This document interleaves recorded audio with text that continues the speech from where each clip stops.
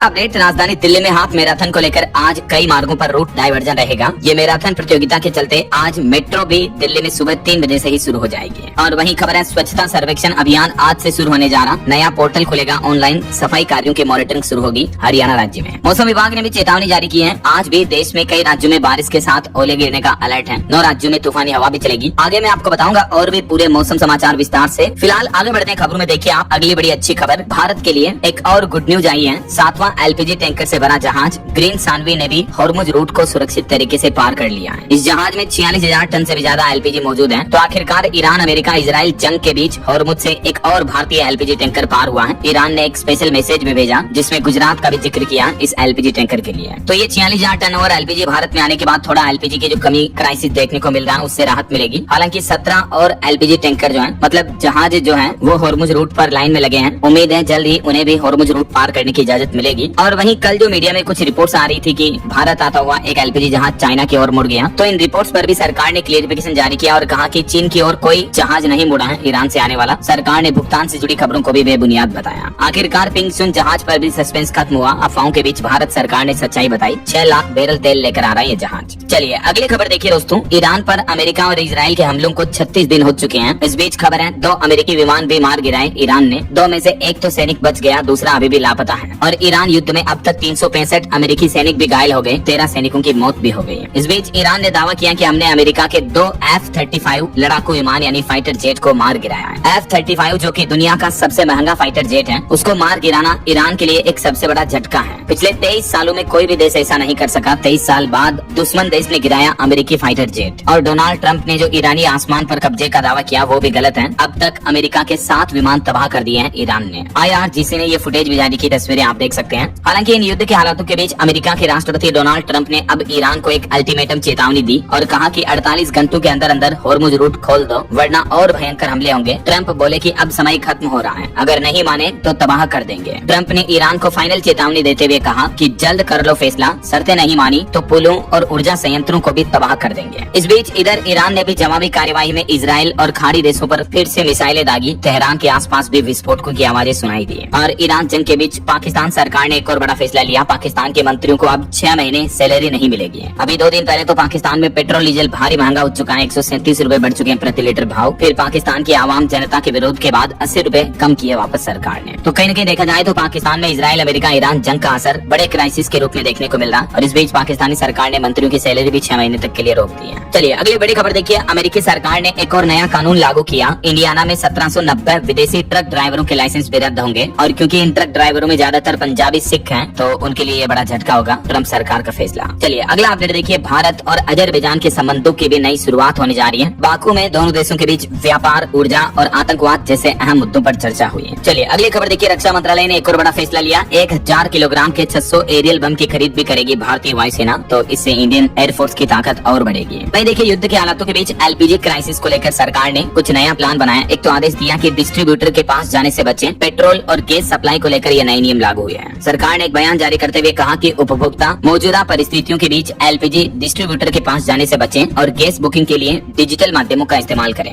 यानी सरकार का कहना है कि ऑनलाइन अपने स्मार्टफोन, मोबाइल वगैरह के जरिए गैस सिलेंडर बुक करें। पेट्रोल, डीजल व गैस सप्लाई को लेकर केंद्र सरकार की तरफ से अब कुछ ये नए नियम लागू किए हैं। देख सकते हैं आप ये डिटेल जानकारी की आखिर ऊर्जा संकट से अब केंद्र सरकार कैसे निपट रही है। आम लोगों से ये अपील की गई और सप्लाई, आपूर्ति और ये आंकड़ों की डिटेल्स भी आप देख सकते हैं। और वहीं दोस्तों कॉमर्शियल एलपीजी सिलेंडर को लेकर भी कुछ नए नियम लागू हो चुके हैं। अब राजधानी दिल्ली में कारोबारियों के लिए पीएनजी कनेक्शन के लिए आवेदन करना भी अनिवार्य होगा। दिल्ली सरकार की तरफ से भी कॉमर्शियल सिलेंडर की सप्लाई को लेकर ये बड़ा बदलाव किया और औद्योगिक इकाइयों और कारोबारियों को ये नया आदेश भी दिया है। मध्य प्रदेश में भी बड़ा एलपीजी संकट देखने को मिल रहा है। देखिए आप, कई जिला प्रशासन ने तो ये आदेश जारी कर दिया कि अब सिर्फ 5 किलो का ही कनेक्शन मिलेगा। एमपी की राजधानी भोपाल, इंदौर में सबसे ज्यादा किल्लत देखने को मिल रही है। कई यूजर्स ने शिकायतें की हैं कि ऑनलाइन पोर्टल भी बंद है, KYC भी सस्पेंड कर दी गई है। SMS से मिलेगी अब बुकिंग और डिलीवरी डेट भी है। मध्य प्रदेश में फिलहाल नए एलपीजी कनेक्शन के लिए भी पोर्टल बिल्कुल बंद कर दिया गया है। और क्योंकि एलपीजी संकट के बीच ग्राहकों को 14 किलो 200 ग्राम वाले सिलेंडर नहीं मिल पा रहे हैं, तो राहत के लिए खाद्य विभाग अब 5 किलो के नए कनेक्शन देगा ऐसा। और ये जो नए कनेक्शन मिलेंगे छोटे 5 किलो वाले, इन्हें बाद में ये एलपीजी संकट खत्म होने के बाद 14 किलो वाले बड़े कनेक्शन में कन्वर्ट कर दिया जाएगा। ये कहना है मध्य प्रदेश सरकार का।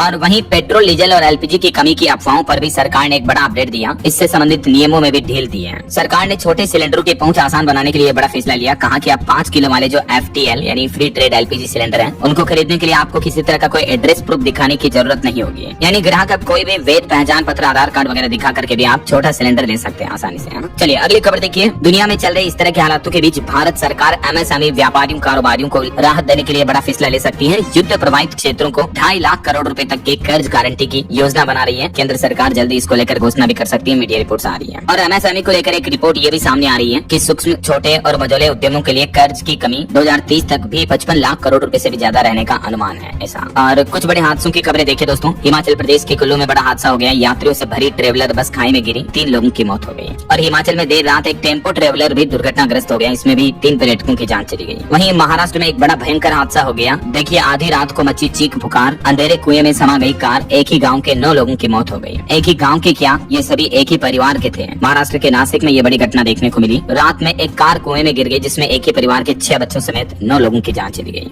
घटना स्थल से जुड़ी ये कुछ तस्वीरें भी आप देख सकते हैं। और मध्य प्रदेश में भी एक बड़ा हादसा हो गया। देखिए एमपी के कोतमा में 4 मंजिला एक बड़ी इमारत लॉज गिर गई। इसमें 2 लोगों की मौतें हो गई, 3 गंभीर रूप से घायल हो गए। कई लोग मलबे में दबे हैं। रात भर रेस्क्यू ऑपरेशन चला। चलिए अगला अपडेट देखिए दोस्तों। चाय बागान श्रमिकों की पहली तीर्थ यात्रा शुरू होने जा रही। अयोध्या में करेंगे प्रभु श्री राम के दर्शन। असम के चाय बागानों के श्रमिकों को केंद्र सरकार ये अयोध्या राम मंदिर की यात्रा करवाएगी। और बीते दिन प्रधानमंत्री नरेंद्र मोदी ने केरलम के थिरुवल्ला में जनसभा की। इस दरमियान अपने संबोधन में मोदी बोले कि कांग्रेस चाहती है खाड़ी देश भारत को दुश्मन समझे, उन्हें नाराज करने वाले बयान दे रही है, इससे वहाँ भारतीयों पर मुसीबत आ सकती है। कुछ और पॉलिटिक्स से जुड़े अपडेट देखिए दोस्तों। प्रधानमंत्री नरेंद्र मोदी ने महिला आरक्षण पर आम सहमति की अपील की। 2029 चुनाव में लागू होने का भरोसा भी दिया। वहीं पश्चिम बंगाल की मुख्यमंत्री ममता बनर्जी ने उर्दू में जारी किया चुनावी घोषणा पत्र। ये आरोप लगाते हुए गिरिराज सिंह बोले कि बंगाल को बांग्लादेश बनाने की साजिश की जा रही है। और इधर चुनाव आयोग ने भी पश्चिम बंगाल में 4660 सहायक मतदान केंद्र बनाने के भी निर्देश दिए आने वाले विधानसभा चुनाव के मद्देनजर। और खबर है कि अगर बीजेपी सत्ता में आई तो बंगाल से खत्म कर देंगे लव जिहाद और लैंड जिहाद। बंगाल के भाजपा अध्यक्ष शमिक भट्टाचार्य ने भी जनता से यह बड़ा वादा किया। और वहीं खबर है आम आदमी पार्टी द्वारा राज्यसभा के उपनेता पद से हटाने के मामले पर राघव चड्ढा ने अब कहा कि मैं संसद गाली देने या माइक तोड़ने नहीं गया, मेरे खिलाफ कोऑर्डिनेटेड अटैक है, स्क्रिप्टेड कैंपेन है। धुरंधर के डायलॉग से आम आदमी पार्टी को चेतावनी दी उन्होंने। और एक बड़ा दावा तो ये भी किया जा रहा है कि राघव चड्ढा को केजरीवाल के घर पर मुर्गा बनाकर उनको पीटा गया। हरियाणा के खुद आम आदमी पार्टी के पूर्व अध्यक्ष बोले कि पंजाब से पैसा इकट्ठा करने भेजा, इसी पर झगड़ा हुआ। आम आदमी पार्टी के सांसद राघव चड्ढा को राज्यसभा पे उपनेता पद से हटाए जाने के बाद अब ये विवाद बढ़ता ही जा रहा है। और एक रिपोर्ट सामने आ रही है कि केरलम में 339 करोड़पति कैंडिडेट हैं जो चुनाव लड़ने जा रहे हैं, जिनमें से 38% कैंडिडेट पर क्रिमिनल केस भी दर्ज है। बीते 5 साल में 48% करोड़पति उम्मीदवार बढ़े हैं। और इनकी हालत ये है कि 54% उम्मीदवार ग्रेजुएट भी पढ़े लिखे नहीं है। जरा देखिए हमारी राजनीति में किस किस तरह के